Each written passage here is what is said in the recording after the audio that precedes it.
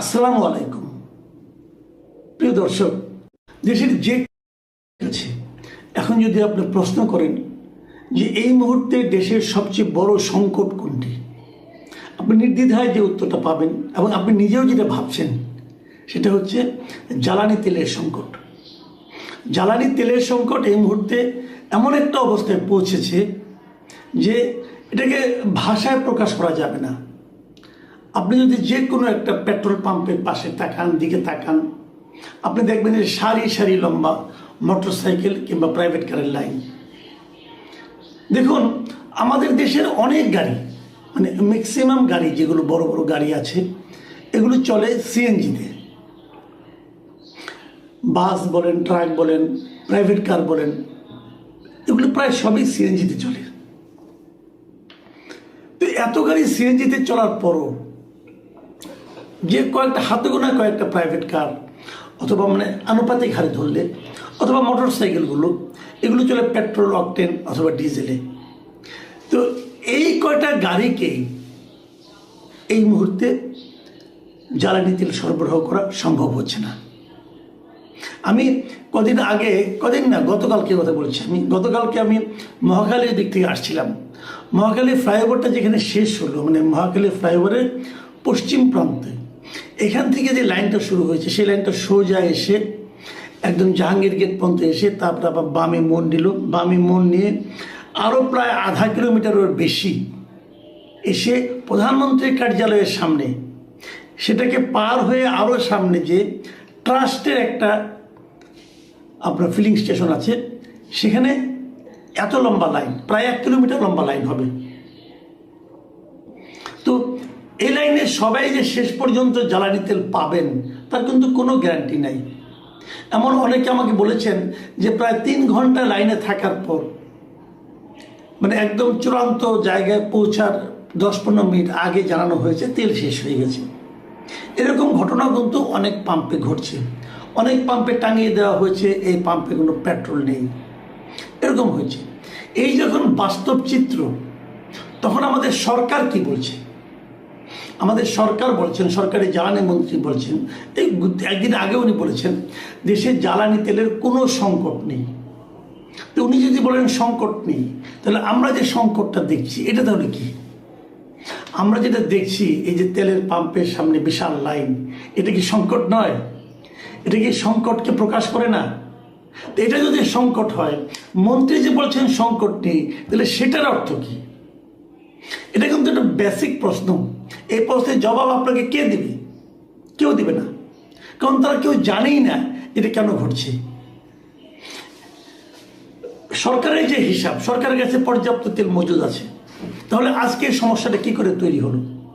দেখুন, আমি একটা কথা বলি, জ্বালানি তেলের সংকট যেটা হয়েছে, এটা হওয়াটা কিন্তু অস্বাভাবিক কিছু না। সারা দুনিয়াতেই জ্বালানি তেলের সংকট এই মুহূর্তে আছে, সারা দুনিয়াতে আছে। এমনকি খোদ যুক্তরাষ্ট্র, যারা নিজেরাই তাদের পর্যাপ্ত জ্বালানি তেল আছে, তাদের ওখানেও জ্বালানি তেলের দাম বেড়ে গেছে। অস্ট্রেলিয়ায় বেড়ে গেছে, পৃথিবীর সমস্ত দেশে জ্বালানি তেলের দাম বেড়ে গেছে। এশিয়ার দেশগুলোর অবস্থা সবচেয়ে খারাপ, কারণ এশিয়ার এখান থেকে মধ্যপ্রাচ্যের ম্যাক্সিমাম তেল হরমুজ প্রণালীতে যে সমস্ত জাহাজগুলি, তেলবাহী জাহাজ আসে, সেগুলো সবই আমাদের এখানে আসে, আমাদের এশিয়ার অঞ্চলে আসে। এখন যুদ্ধের কারণে, ইরানের সঙ্গে যুক্তরাষ্ট্র এবং ইসরায়েলের যুদ্ধের কারণে হরমুজ প্রণালীতে কিন্তু খুব কম কয়েকটা দেশে, মাত্র 5টা দেশের জাহাজ ইরান আসতে দেয়। এবং সৌভাগ্যক্রমে সে 5টা দেশের মধ্যে আমাদের বাংলাদেশও আছে, ভারত আছে, চীন আছে, এরাও আছে। কিন্তু অনেক দেশে কিন্তু নাই। এবং যদ্দূর অনেক জায়গায় শোনা যাচ্ছে, আমার যেমন ফিলিপিনের মতো দেশে, সেখানে সরকারের পতন হয়ে যাওয়ার সম্ভাবনা দেখা দিয়েছে এই জ্বালানি তেলের কারণে। চীন, তারা কিন্তু এখানে আসতে পারে। চীনকে বলা হয় যে তাদের এখানে সবসময় 3 মাসের জ্বালানি তেল থাকে, সবসময় থাকে। সেই চীনেও কিন্তু জ্বালানি তেলের সংকট দেখা দিয়েছে এবং জ্বালানি তেলের দাম সেখানে এরই মধ্যে 20% বাড়িয়ে দেওয়া হয়েছে। এবং 20% বাড়ানোর চাপ তো তারা ভোগ করছে। কেনিয়ায়, আফ্রিকান দেশগুলোর মধ্যে কেনিয়ায়, সেখানে জ্বালানি তেলের সংকট হয়েছে এবং সেই সংকটকে তারা মোকাবেলার জন্য তারা একটা রেশনিং সিস্টেম এরকম না, তারা বিশেষ বিশেষ খাতকে অগ্রাধিকার দিচ্ছে যে এই খাতগুলোকে জ্বালানি তেল আগে দেওয়া হবে, পরে অন্য অন্য খাতকে। যেমন ওদের এখানে যারা তারা প্রচুর ফুল, পণ্য সামগ্রী, কাঁচা পণ্য এগুলো রপ্তানি করে, ওই রপ্তানি সামগ্রীগুলোকে ওখানে জ্বালানি তেলের যে ব্যবহারটা সেটাকে তারা অগ্রাধিকার দেওয়া হচ্ছে। নাইজেরিয়ার কথা ধরেন, নাইজেরিয়া কিন্তু নিজেদেরই প্রচুর তেল আছে, তেলের খনি আছে, কিন্তু ওনাদের সমস্যা হলো ওনাদের এই তেলকে প্রক্রিয়াজাত করার জন্য কোনো প্ল্যান্ট নাই, মানে রিফাইনারি প্ল্যান্ট নাই। না থাকার কারণে ওনারা তেল এই মানে ক্রুড অয়েল তারা বাইরে রপ্তানি করে দেয়, করে আবার বাইরে থেকে তারা তেল নিয়ে আসে। এখন ওদের এখানে এই ক্রাইসিসের মুহূর্তে তাদের পেট্রোলের দাম প্রায় দ্বিগুণ হয়ে গেছে। কিন্তু ভিয়েতনাম সরকার তারা এটাকে ম্যানেজ করার জন্য এই তেলের উপর যে ট্যাক্সটা আছে, এই ট্যাক্স সব দেশেও আছে, আমার দেশেও আছে। আমরা যেটাকে তেল কিনি সবটাই কিন্তু তেলের দাম না, তার উপর কিছু ট্যাক্স আছে, ওই ট্যাক্সটা আবার গভর্নমেন্ট পায়। যাই হোক, ভিয়েতনাম সরকার সেই ট্যাক্সটার একটা অংশ, মানে ট্যাক্সের তো কয়েকটা ধরন আছে, তার মধ্যে একটা আছে যে এনভায়রনমেন্ট ট্যাক্স আর কি, পরিবেশ কর, তারা সেটাকে প্রত্যাহার করে নিয়েছে, মানে দামটাকে একটু নাগালের মধ্যে রাখার জন্য।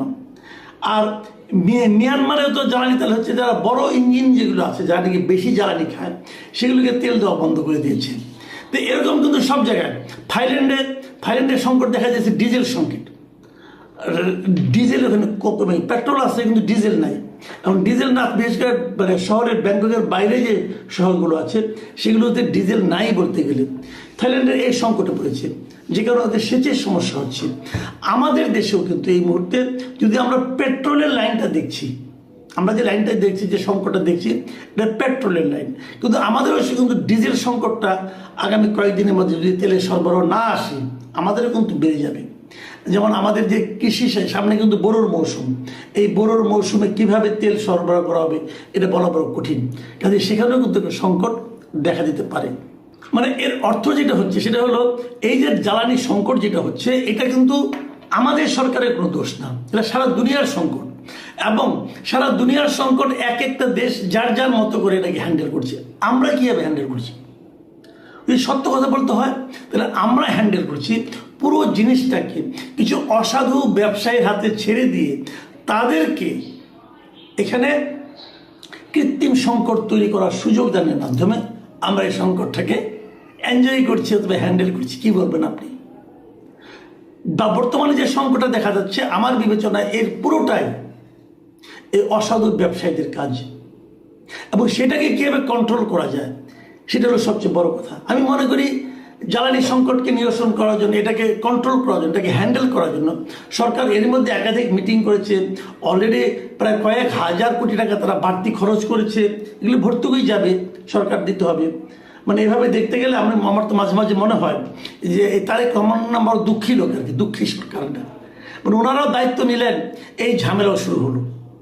এখন এই নতুন একটা সরকারের পক্ষে এরকম একটা জটিল সমস্যা কিভাবে ওনারা হ্যান্ডেল করবেন, এটা কিন্তু তাদের একটা বড় চ্যালেঞ্জ। আপনি যত কিছুই বলেন না কেন, তেলটা তারা পাবে কোথায়? আমাদের তেল তো বাইরে থেকে আনতে হচ্ছে, এবং সেই আমদানিটা আপনি কীভাবে করবেন? বাইরে দাম বেশি, এই জ্বালানি ইয়ের কারণে, যুদ্ধের কারণে অনেক জায়গায় জ্বালানি তেলের দাম বেড়ে গেছে, আমাদের এলএনজি আনতে হয়, এলএনজির দাম বেড়ে গেছে। তো সব মিলিয়ে কিন্তু সংকট। কিন্তু এখন বিষয়টা হলো কি, এটাকে হ্যান্ডেল করা, এটাকে ম্যানেজ করা। আমি মনে করি যে আমাদের দেশে যে জ্বালানি সংকটে যেটা এখন যে ক্রাইসিস যেটা দেখা যাচ্ছে, এটা সম্পূর্ণ একটা কৃত্রিম ক্রাইসিস। সরকার বারবার বলছে আমাদের কাছে পর্যাপ্ত মজুদ এখনও আছে, এবং আরও অনেক ট্যাঙ্কার আসতেছে, পাইপলাইনে আছে, কাজে আমাদের সংকট হয়তো হবে না। কিন্তু আমি মনে করি সরকারের উচিত হবে প্রয়োজনে জ্বালানি সংকটের দাম পুনর্নির্ধারণ, জ্বালানি তেলের দাম পুনর্নির্ধারণ করা। অনেক আমাদের মতো কিন্তু অন্য দেশে হয় না। আমাদের এখানে হয় কি, তেলের দাম বাড়ে না, তো বাড়ে না করে যখন বাড়ে তারপর আর কমে না। কিন্তু সারা দুনিয়ায় তেলের দাম কিন্তু ওঠানামা করে।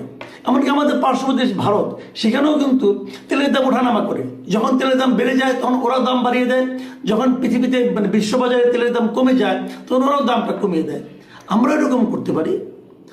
আমি মনে করি সরকারের এই মুহূর্তে যেটা উচিত, যেটা সেটা করতে পারে, একটা সার্টেন টাইমের জন্য, ধরা যাক বলে দিবে 1 মাসের জন্য আমরা দামটা পুনর্নির্ধারণ করলাম, 1 মাস পরে যদি দাম কমে আমরা আবার কমিয়ে দেবো, যদি বাড়ে আরও বাড়িয়ে দেবো। কিন্তু একবার সময়সীমা নির্ধারণ করে তারা দামটাকে পুনর্নির্ধারণ করতে পারে। 2 নম্বর যেটা করতে পারে, প্রত্যেকটা পাম্পকে মনিটরিংয়ের আওতায় আনতে হবে। এই কারণে তারা যে পরিমাণ তেল এখানে দিচ্ছে ঠিক সেই পরিমাণ তেল তারা বিক্রি করছে কিনা তার একটা কঠিন হিসাব তারা নিতে পারে। কিভাবে নিল, কোন গাড়িতে নিল, প্রত্যেকটা হিসাব তাদের এখানে থাকতে হবে। এরকম একটা মনিটরিং সিস্টেম তারা ক্রিয়েট করতে পারে। যে পাম্প এই কাজে অনিয়ম করবে তাদের বিরুদ্ধে তাৎক্ষণিকভাবে কঠোর শাস্তি দিতে হবে। অলরেডি সেই শাস্তির প্রক্রিয়া কিন্তু শুরু হয়ে গেছে। অনেক পাম্প মালিকের বাড়িতে আন্ডারগ্রাউন্ডে এরকম জ্বালানি তেল, অনেক তেল মজুদ পাওয়া গেছে, তাদের বিরুদ্ধে অ্যাকশন নেওয়া হচ্ছে। সরকারকে দেখলাম তারা বেশ কঠিন অ্যাকশন নিচ্ছে, এই অ্যাকশনগুলি নিতে হবে। আরেকটা দেখলাম খুব সুন্দর, আমার ভালো লাগছে যে একটা পুরস্কার ঘোষণা করেছে যে যদি তারা মজুদদারকে ধরিয়ে দিতে পারে তাহলে তাদের পুরস্কার দেওয়া হবে। এইভাবে যদি অগ্রসর হয় তাহলে আমি মনে করি আমাদের তেলের দামও, আমাদের তেলের সংকটটাও আমরা হয়তো নিয়ন্ত্রণে রাখতে পারবো। আমি জানি না সরকার এটা কীভাবে হ্যান্ডেল করবে, কিন্তু এটাই কিন্তু সরকারকে ভোগাবে। সরকার যদি এই জিনিসটাকে খুব ভালোভাবে হ্যান্ডেল না করতে পারে এটা কিন্তু আখেরে আমি মনে করি বড় ধরনের একটা বিপর্যয় তৈরি করবে। আরেকটা কথা বলতে শেষ করতে চাই, সেটা হলো কথা বলতে গিয়ে সতর্কভাবে কথা বলতে হবে। এই যে আজকে যে ক্রাইসিসটা, এই ক্রাইসিসের শুরু কিন্তু এই জ্বালানি মন্ত্রী করেছেন। উনি আরও 10-12 দিন আগে হঠাৎ করে একদিন রেশনিং সিস্টেম চালু করে দিয়েছেন। ওই রেশনিং সিস্টেমটা চালু করার মাধ্যমে রেশনিং তো হয়নি, মানুষের মধ্যে আরও আতঙ্ক তৈরি হয়েছে। এ ধরনের আতঙ্ক তৈরি করে এমন কথাবার্তা যত কম বলা যায় ততই ভালো হবে। প্রিয় দর্শক, আমরা জানি না সরকার কতদিন এটা পারবে, কারণ একটা হিসাবে দেখলাম যে সরকার নাকি প্রতিদিন 167 কোটি টাকা ভর্তুকি দিচ্ছে জ্বালানি তেলে। এটা এই সরকার কতদিন দিতে পারবে এটাও কিন্তু একটা বড় প্রশ্ন। কাজে সবগুলি মিলিয়ে চিন্তা করতে হবে। এবং আমি মনে করি এই সংকটে প্রয়োজনে সরকার মূল্য একটা সাময়িক সময়ের কথা বলে, সময় পর্যন্ত ঠিক করে ওই সময় পর্যন্ত নতুন একটা মূল্য নির্ধারণ করে দিলে আমি মনে করি সরকারের ভর্তুকি পরিমাণ কমবে এবং জ্বালানি তেলের এই যে মজুদদারি, কালোবাজারি এটাও বন্ধ হবে এবং এই কৃত্রিম সংকটটা হয়তো আমাদের থামতে পারে। প্রিয় দর্শক, এখন এই পর্যন্তই। আল্লাহ হাফেজ।